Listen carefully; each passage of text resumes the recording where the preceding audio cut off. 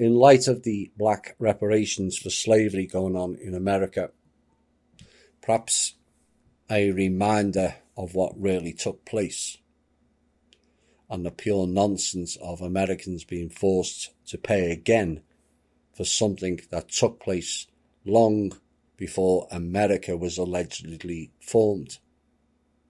This is what they do. They're trying to get American people to pay again. The American people have paid enough for everyone around the world. We have nothing left.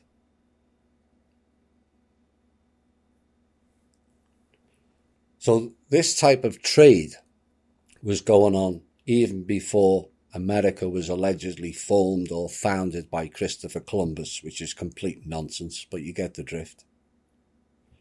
The Arab slave trade, established in the 8th and 9th centuries AD, began with small-scale movements of people largely from the Great Lakes region and the Sahel. And Islamic law, the Great Lakes is not the ones in North America, by the way. Islamic law allowed slavery or prohibited slavery involving other pre-existing Muslims, whatever that means. And as a result, the main target for slavery were the people who lived in the frontier areas of Islam in Africa.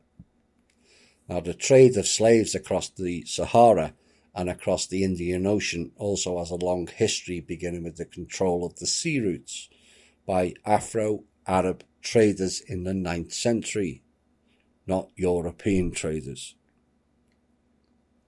And it is estimated that at that time, a few thousand enslaved people were taken each year from the Red Sea and the Indian Ocean coast, and they were sold throughout the Middle East, mainly in Egypt. No surprise. Now, this trade accelerated as superior ships led to more trade and greater demand for labour on plantations in the region.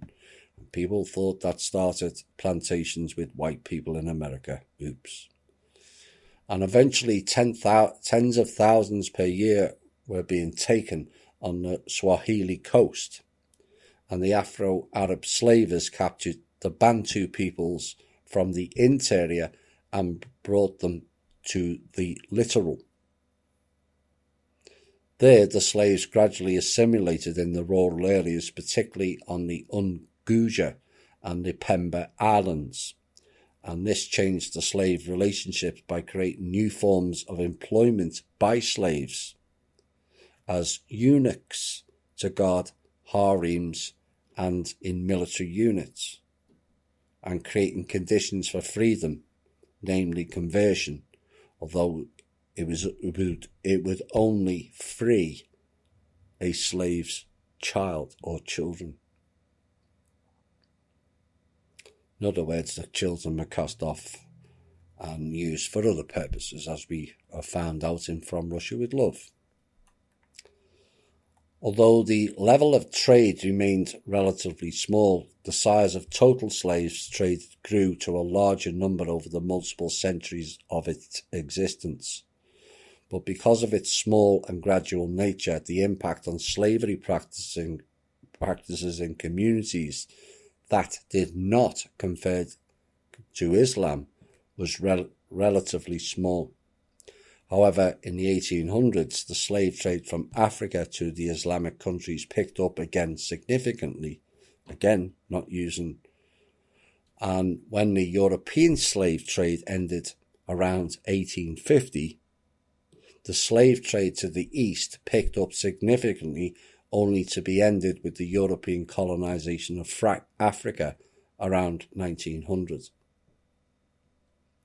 But between 1500 and 1900, up to 17 million African slaves were transported by Muslim traders to the coast of the Indian Ocean, the Middle East and North Africa.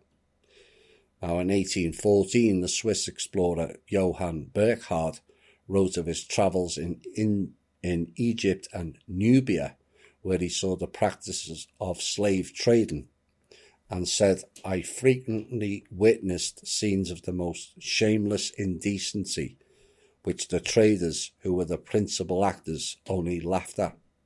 I may venture to state that very few female slaves who have passed their 10th year reach Egypt or Arabia in a state of virginity. So there you have it, and why I disagree with this reparation of black slavery. If you want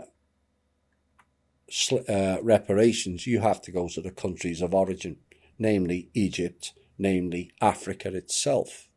It's been going on for thousands of years.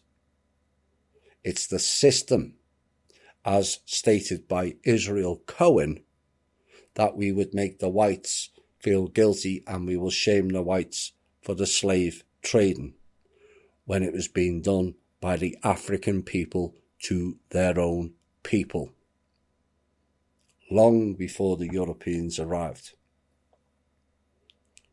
So you want reparation, which I think is beyond heinous in my opinion, gaining money from what happened to somebody else. That's cheating. Why should you gain money off somebody else's suffering? And where does that end?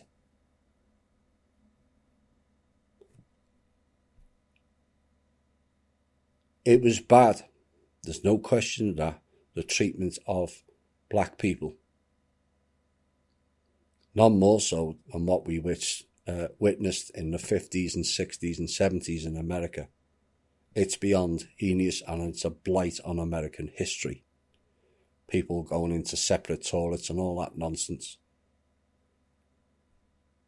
But asking the American people, or telling the American people that we must pay for that, is wrong.